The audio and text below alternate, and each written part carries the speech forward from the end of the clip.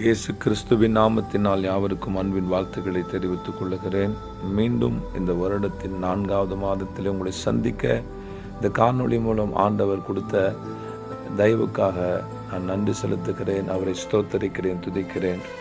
இந்த மாதமும் ஆண்டுடைய வார்த்தையோடு கூட உங்களை சந்திக்கிறேன். ஆண்டவர் கொடுத்த வார்த்தை சங்கீதம் 85 அதனுடைய 12வது வசனம், கர்த்தர் நன்மையானதை தருவார், நம்முடைய தேசம் தன் பலனை கொடுக்கும்.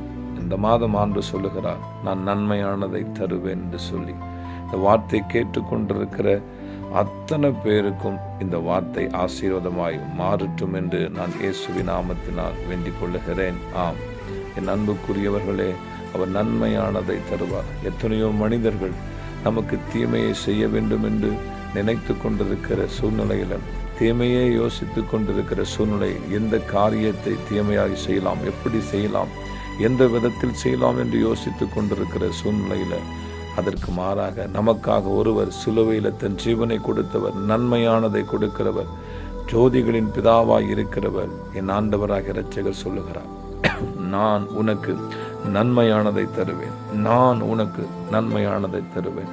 எத்தனை பேர் தீமை செய்தாலும் அந்த தீமைகளை நான் நன்மையாய் மாற்றுவேன். எத்தனை பேர் உன்னை வேதனைப்படுத்தினாலும் அந்த வேதனையை நான் சந்தோஷமாய் மாற்றுவேன்.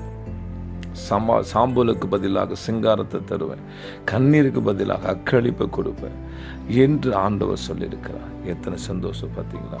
ஆம், என் அன்புக்குரியவர்களே, ஒரு முறை ஒரு பெரிய ஆசீர்வதிக்கப்பட்ட ஒரு கூட்டம் வேதனையோடு, பஞ்சத்தின் மத்தியில் வேதனையோடு தன் நாட்களை கடித்து கடந்து போகிற ஒரு சூழ்நிலை வருகிறது.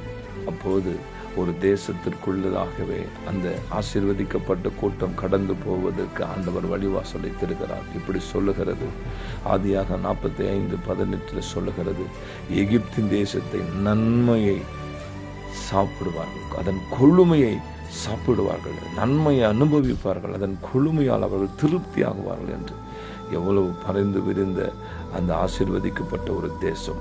பக்கத்து நாடுகள் எல்லாம், பக்கத்தில் இருக்கிற எல்லா விதமான நாடுகளும் தேசங்களும் பஞ்சத்தில் இருக்கிற பொழுது இந்த ஒரு தேசம் மாத்திரம் ஆசீர்வதிக்கப்பட்டது, மற்றவர்களுக்கெல்லாம் கொடுக்கும்படியாக இருந்தது.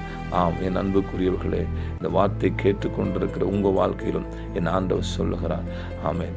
எப்படி சாரிபாத்து விதவை வீட்டில் அடுப்பு எரிந்து கொண்டே இருந்ததோ அதே போல நன்மையானதை கொடுத்து, எல்லா தேசத்திலும் வறட்சி வந்தாலும் எகிப்தினுடைய நன்மை கொழுமையாக இருந்தது போல அந்த நன்மையை, அந்த கொழுமையை உங்களுக்கு கொடுத்து உங்களை ஆண்டவர் ஆசீர்வதிக்க போகிறார்.